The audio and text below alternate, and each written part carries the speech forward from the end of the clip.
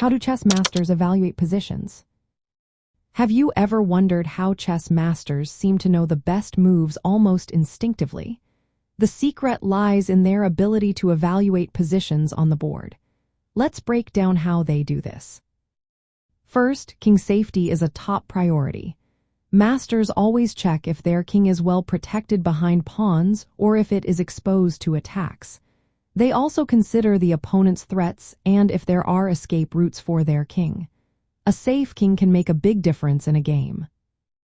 Next, they look at material advantage. This means assessing the difference in material between both sides. Each piece has a value. For example, a knight is worth about 3 pawns, while a bishop is worth slightly more. Masters keep track of these values to see who has the upper hand.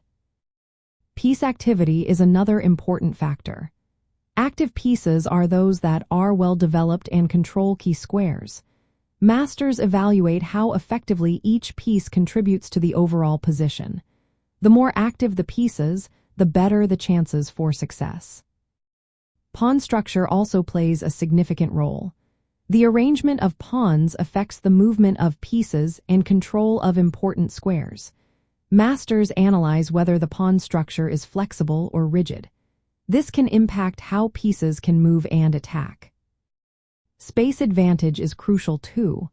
Controlling more squares on the board, especially in the center, gives a strategic edge. Masters assess which side has more space to maneuver and develop their pieces. More space often leads to better opportunities for attacks. When it comes to middle game planning, evaluating these elements helps players set strategic goals. For instance, if a player has a material advantage but a weak king, they might focus on securing their king first. If they have a strong pawn center, they might use that space to launch an attack. Practical applications of these principles include strategic planning and tactical execution. Based on their evaluations, players can set long-term goals, like attacking the opponent's position or defending their own. Understanding the strengths and weaknesses of a position allows players to execute tactics effectively, like pins or forks. As the game progresses, continuous evaluation is key.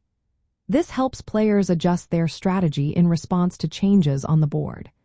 By mastering these elements of position evaluation, chess players can make informed decisions and improve their overall performance. So, the next time you watch a chess master in action, remember these evaluation techniques. They are what help separate the best from the rest.